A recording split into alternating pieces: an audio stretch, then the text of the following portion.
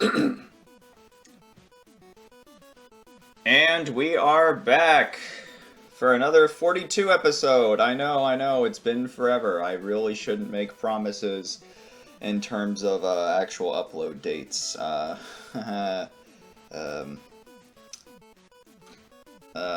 let's just say real life stuff has been getting in the way. Nothing bad, just it's been very busy. But, and I've also just gradually lost motivation, but I figured it's time to get back into it. Um, there's one roadblock that I already mentioned in terms of some stages have lots of lag, so I'm still figuring out how to do it on another computer. But until then, we can check out the other three Robot Masters. So, I guess a good place to start off would be Zombie Man. Oh yeah, one more thing. About Eternal's evaluation. I know I said at the very end that I forgive Paige for everything he's done, because it was like 5 years ago, over 5 years ago, so like, I'm willing to let some things slide if he's learned his lesson. He hasn't.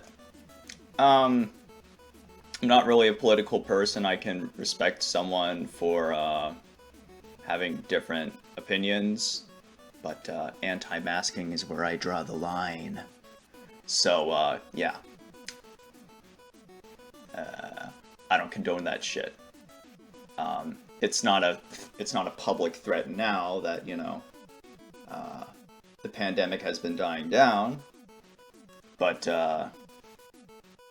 apparently obviously that was going on when it was active, so what the fuck? Anyway, shove all that out of the way. Forget anything ever happened. I never left. We are still doing this. Zombie Man, let's go.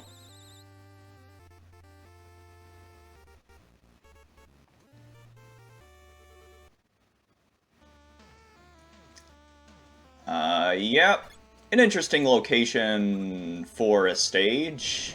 The frickin' graveyard. Unfortunately, this is a bit of another nothing stage. You can technically make a good undead / graveyard themed stage. Rock Force does it like 3 times in a row. If you want to count Terror. But, here, not much happens. It's just, at least it's thematically fitting. Robot zombies rising from the ground at various points, and they try to chase you. And there's a spawn max of 3. Kind of like the blobs. Yeah, shootable door, somehow X5 again. It would have been semi-justified if there weren't stairs in the way, making these not a threat. So, of course, once again, with wall enemies, you gotta be really careful. Just open up, open up, open up. Otherwise here, it's just, it's really just pointless, stupid prop, I guess.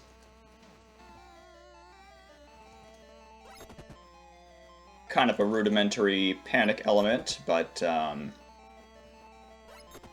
it's pretty simple. You just shoot it to stun it, and it's intangible, so you keep going.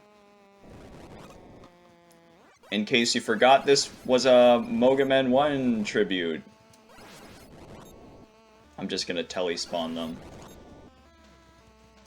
Yeah. With the same terrain layout and the same spawning method for all of them. I do...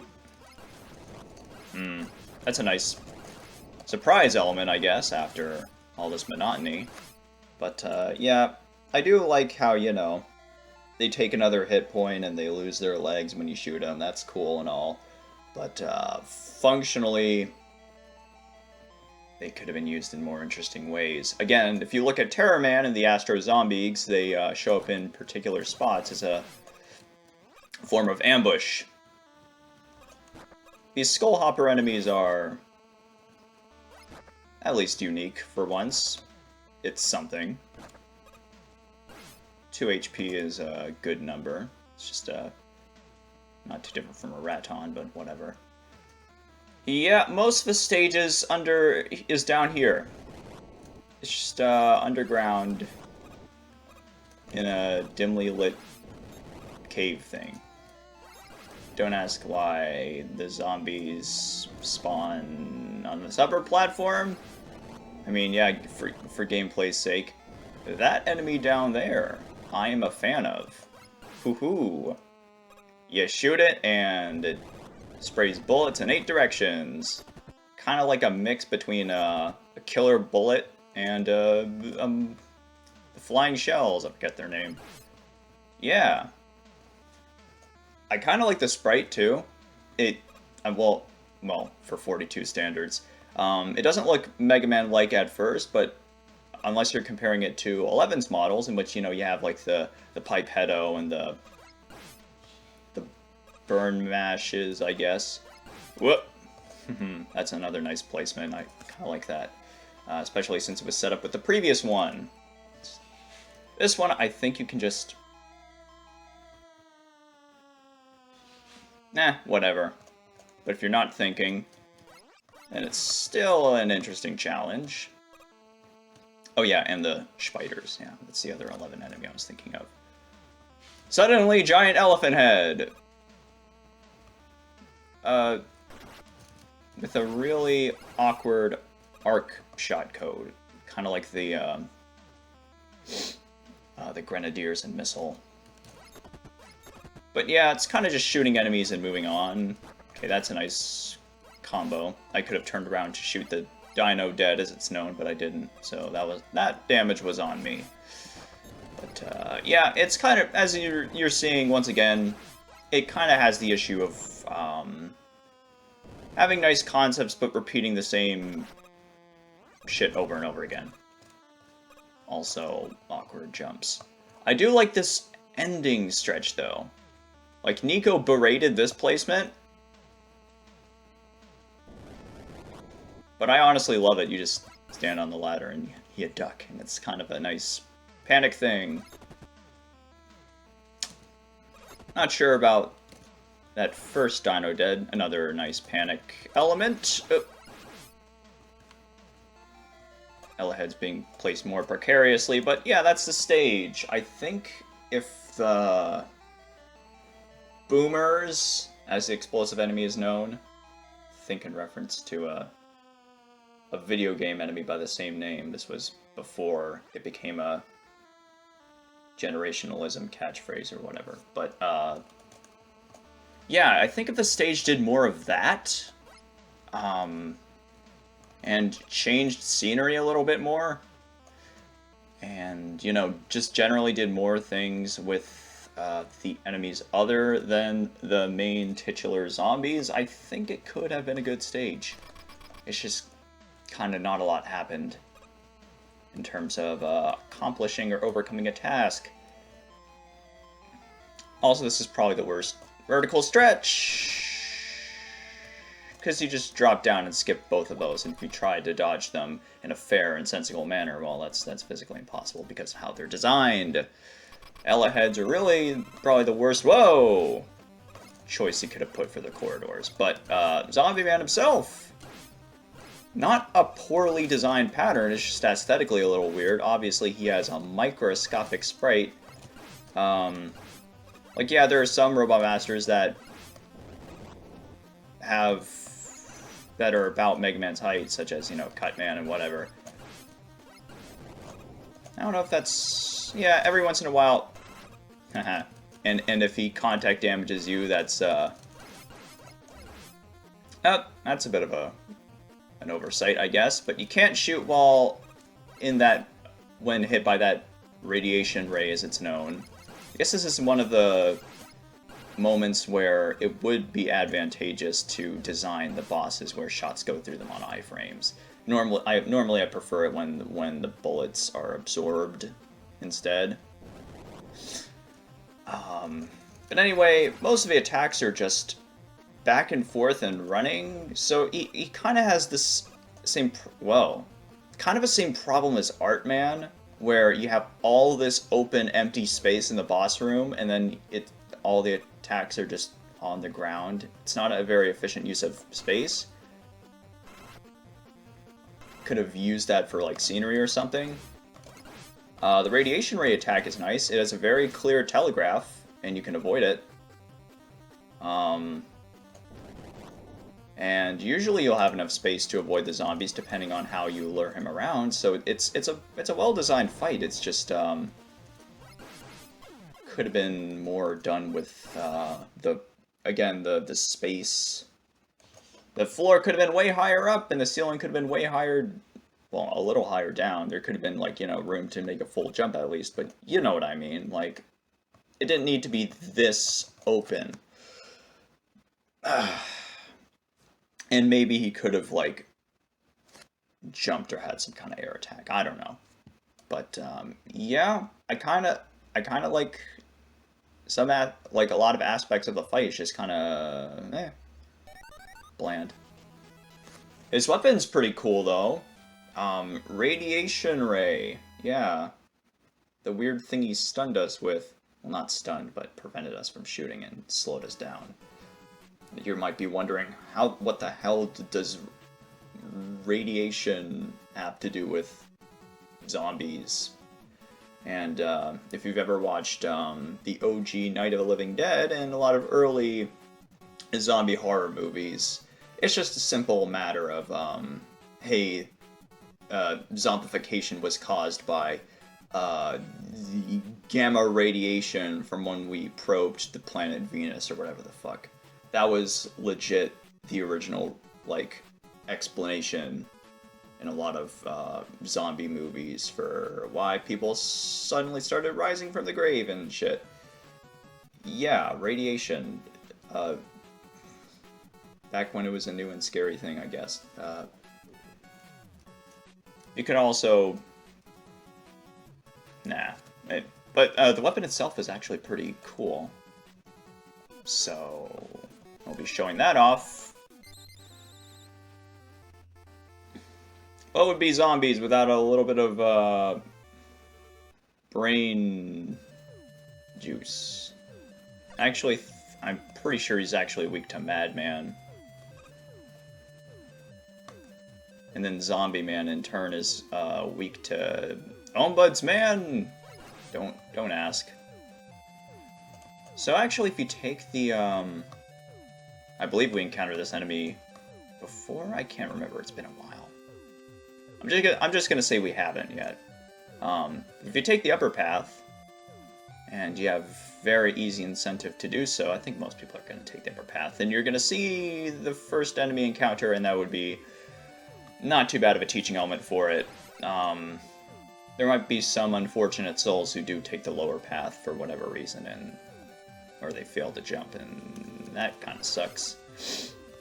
It's not really the greatest enemy in the world. I kind of like the vague rotor designs. It's kind of like a rotor, functionally, except it travels on the ceiling sometimes. It goes up and down. I think it could have been a bit slower and communicated when it was going to go up and down a little bit more clearly.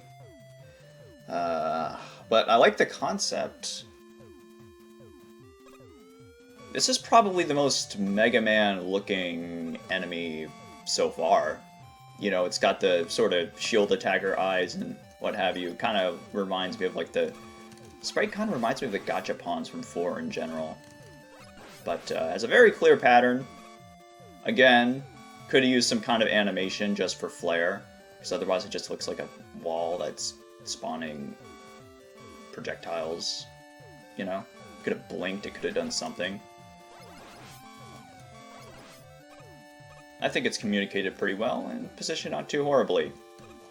Not a bad panic element, again. You do have plenty of time to deal with, I forget what they're actually called. I'm just gonna actually call them rotors. Oh! The Seekers return. This feels like the stage they show up the most in. These platforms are kinda... They're just another, you know, generic, like, platformer back and forth thing. There's a I guess the reason they haven't really shown up in Mega Man officially all too often is just because they're boring. But if you wanted to be a bit more faithful to Mega Man 1, you could have put some kind of railing to communicate where they would stop and change direction. 1 and 2, actually. And there's another thing about the platforms that I'll get to later, but yeah. So now that we know about the enemy, it makes sense that we'd be able to actually deal with it on solid ground for once. And then here, where you can't run away from it, this is just generally a good enemy type, I think. Even if it's, like, again, I'm not really crazy about enemies that just shoot horizontal projectiles, but, like, when it's not done for every single enemy, I guess it's not that big of a deal. 'Cause, I don't know, there are only so many ways you can jump over a sideways moving thing.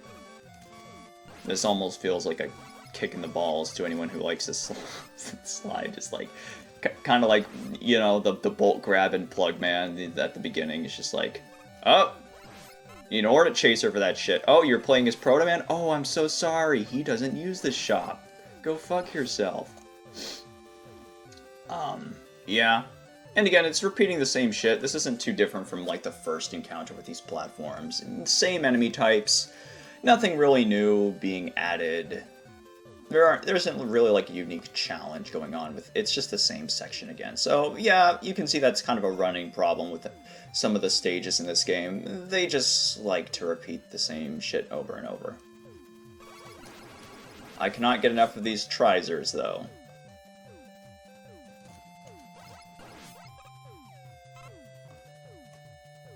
But yeah, also you hit your head on nothing. Ha ha ha ha ha. Invisible ceiling. There is technically a shadow communicating that there is a platform above, but generally, platforms working off screen, having an invisible ceiling like this is really annoying. It's just move everything 1 block down and you're fine. You know, like all this, you can just move it 1 block down and then have the visible ceiling in it, and it's fine.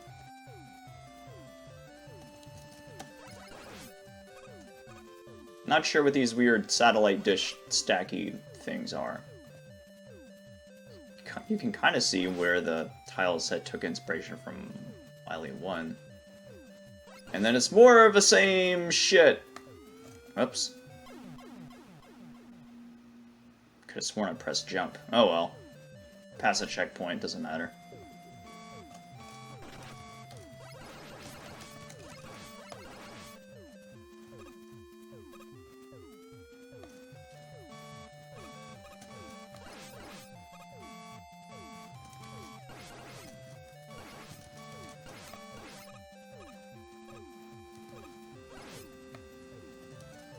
I also like the concept for the blueprints showing up in the background, kind of like a magnet centipede thing almost. Just generally, it's like, haha, the boss is analyzing you. Hoo hoo hoo, being a creep. Or maybe it's,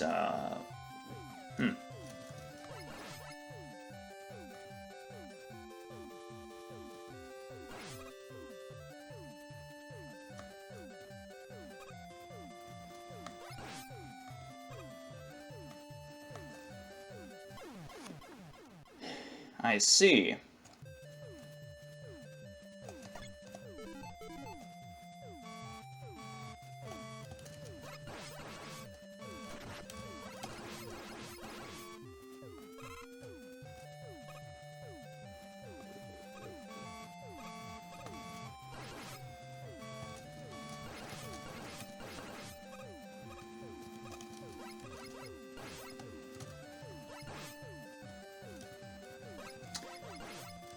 Yeah, especially when you're redoing the stage from the checkpoint, it becomes increasingly obvious which parts are just repeated.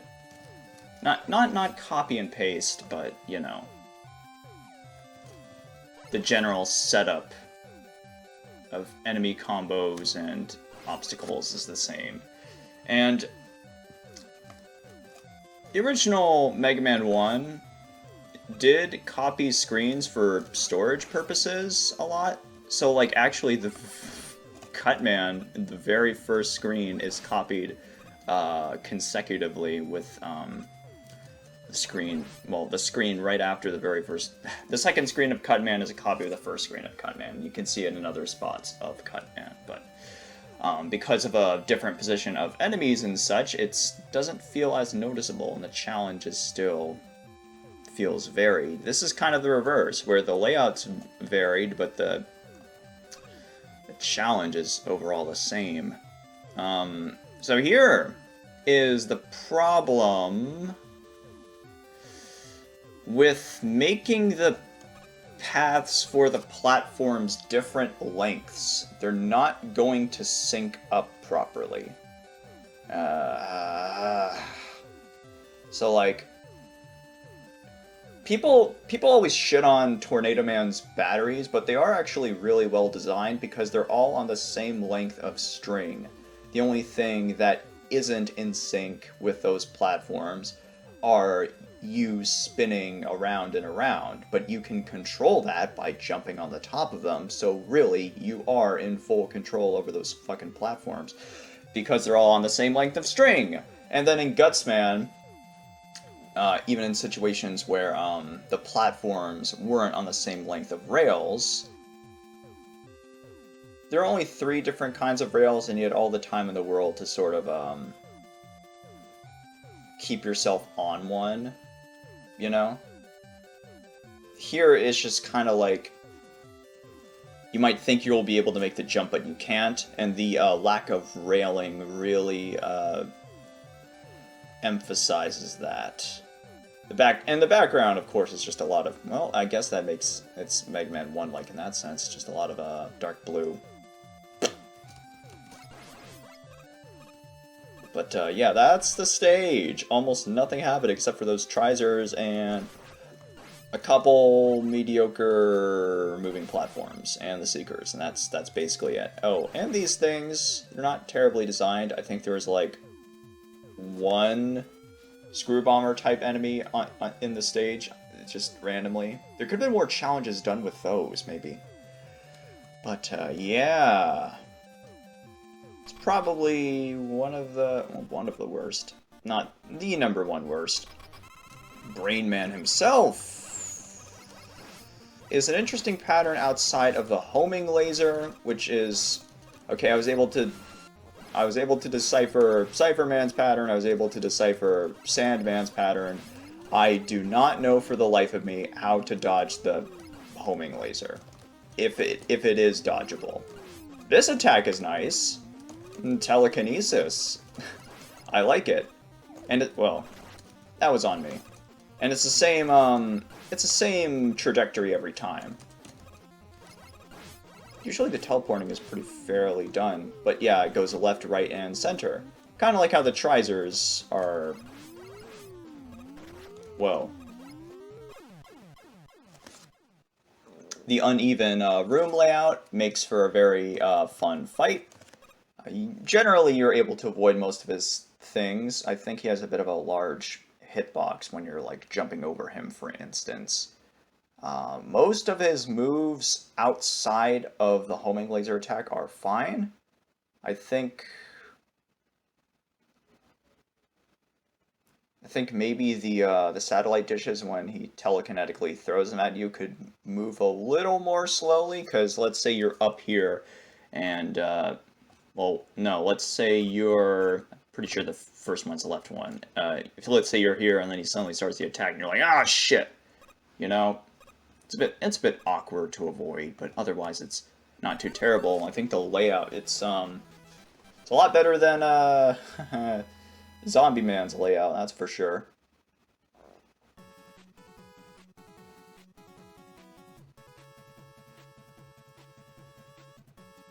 Homing laser itself is the special weapon of the day.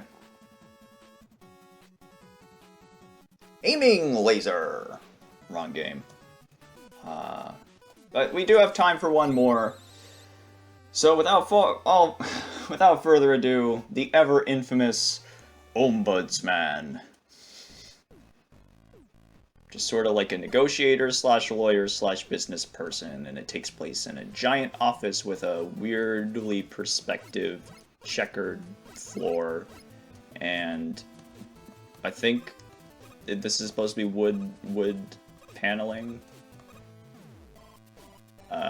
Yeah.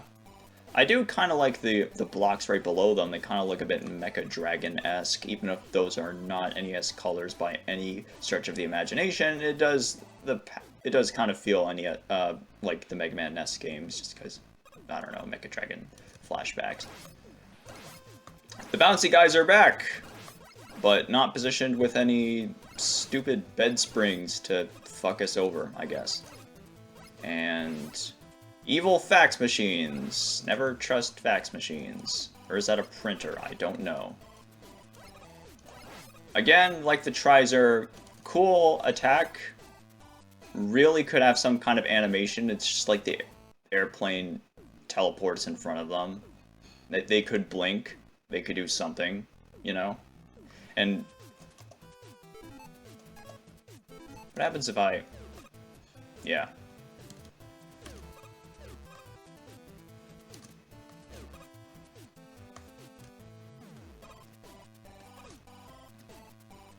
Generally speaking, this renders an enemy completely inactive and turns them intangible, kind of making it a bit redundant with sleeping sand. Can you just... yeah.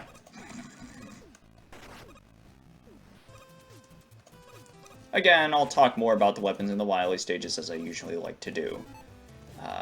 Radiation Ray, I really want to show that off, though. It's just... As you can see, we're kind of going through the same challenge again, just in the other direction. Same enemy type, not really combined with anything. The layout's changing slightly. It's, more repetition. Again, they could have been combined with maybe the bouncy enemies, like maybe once or twice, or maybe some of the other enemies that show up later in the stage. I think this is the one unique enemy in this particular stage. The layout is very similar to Time Man, so I guess inadvertently it's Mega Man 1-like. Then you go right, and then you climb, and you go left, and then you climb. Ah, shit. I thought I was able to avoid that, but, yeah. I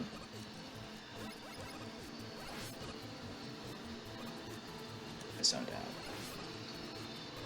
Knockback, you know, is pretty cruel in this game. Also ignored the construction work. Our windows are being redone. Well, the neighbor's windows. But, yeah, you can kind of just turn your brain off for that entire stretch, and... oh, the glass doesn't come back. Well, I guess you can't undo property damage. But yeah, I guess that's a bit of a shit placement for the very first one.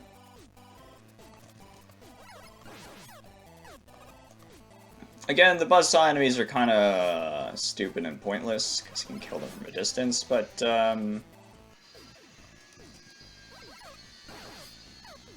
these, Screw Bomber type enemies, I still forget their names, revolvers or something, maybe?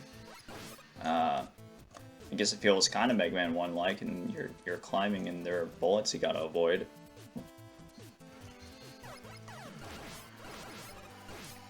And I do like how you have to break the glass to get open, but, guess what?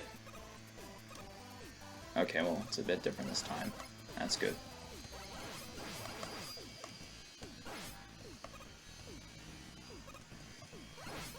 And you can avoid them normally if you choose to do so. Okay. It's been a while. Oh, and then just suddenly, if that was your first time seeing the enemy, go fuck yourself, free damage. could have been placed on, like, the far edge of the map, I think. Oh, it was. Again, there could have been another way to position that rather than just head-on. Now, it's the same shit. Again.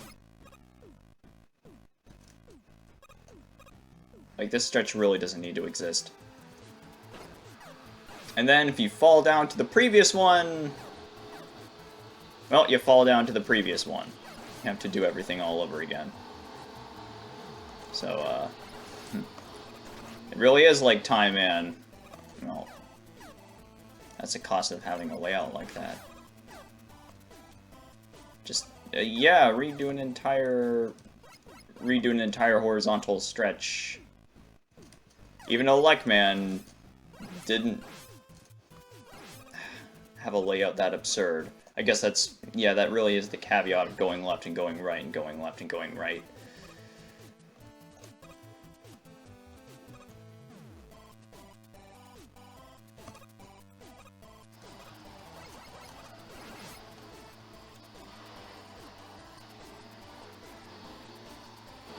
But, yeah, for this stretch, no thoughts, head empty. There's only so much challenge you can apply to floating paper airplanes in varying locations with no combination of other enemies or obstacles in your way.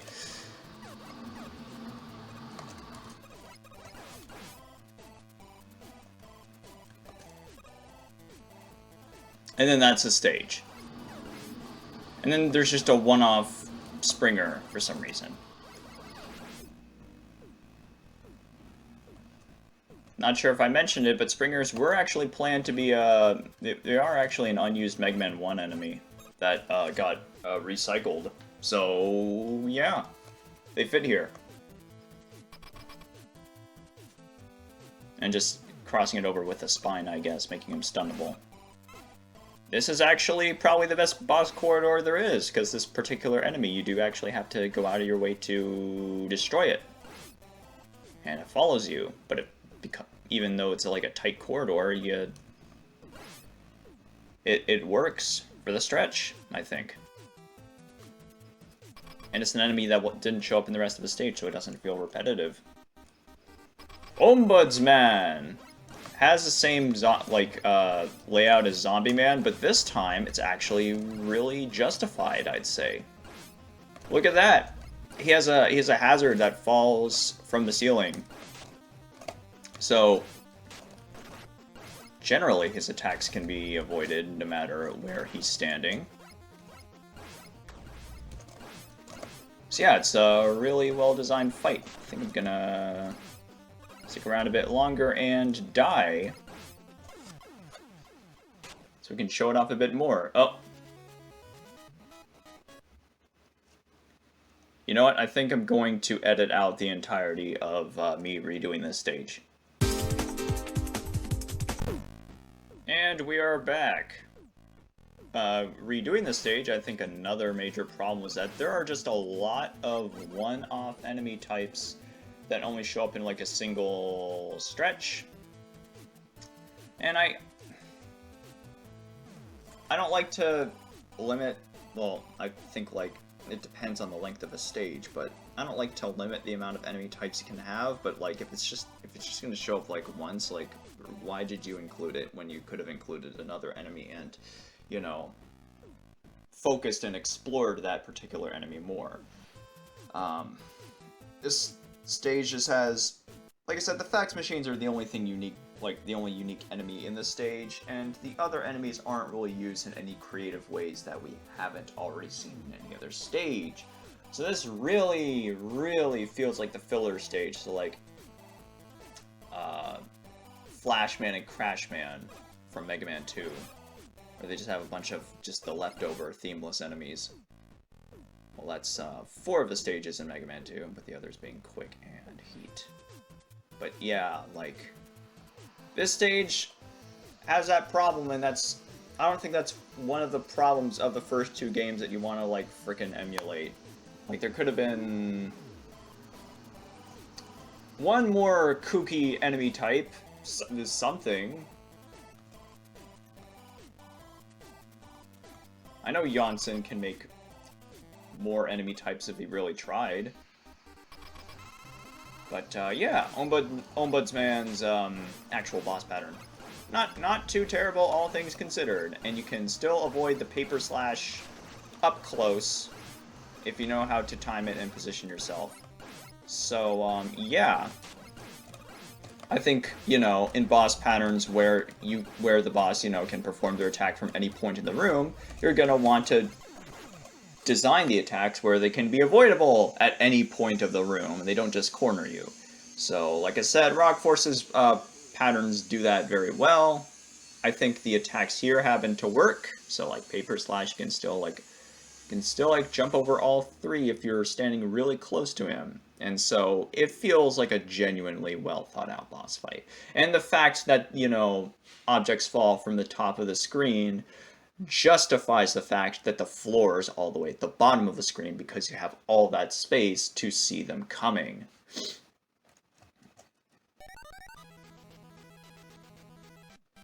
But that does it for this episode. We got frickin' Paper Slash.